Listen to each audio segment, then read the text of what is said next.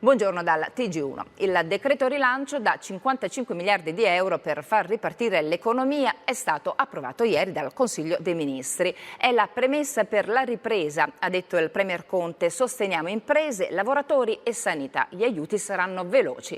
Da oggi il governo al lavoro per anticipare al 18 maggio la ripartenza di alcune attività. Il pacchetto di aiuti del governo italiano arriva nel giorno in cui la BCE conferma le previsioni negative sul PIL europeo e si dice anch'essa pronta a fare la sua parte. Roberto Chinzari. Una manovra per aiutare un paese in grande difficoltà, premessa perché questa fase di ripartenza sia anche ripresa economica e sociale.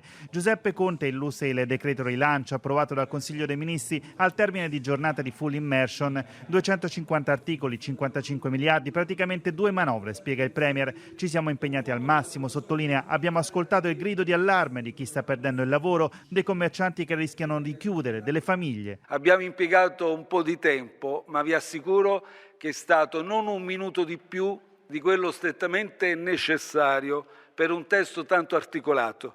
Ora il testo andrà in Parlamento con l'auspicio che possa essere ancora migliorato. Il Premier elenca le misure per le imprese e le famiglie con figli, il reddito di emergenza, 25,6 miliardi per i lavoratori. Non ci sono sfuggiti i ritardi, ammette, dobbiamo rendere i passaggi burocratici più veloci. Sulla regolarizzazione dei lavoratori dell'agricoltura, badanti e colf spiega, abbiamo fatto una battaglia di civiltà, dignità della persona, contrasto del caporalato e del lavoro nero, sicurezza sanitaria sono principi più importanti dei numeri.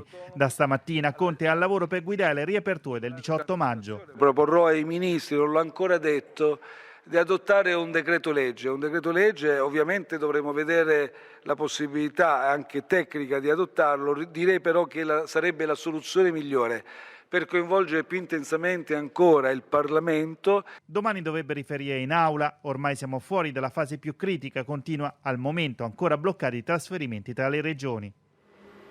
Un decreto che stanzia 155 miliardi per aiutare l'economia a reggere il colpo e a ripartire. L'Italia ce la farà, dice il ministro Gualtieri. Giampiero Scarpati.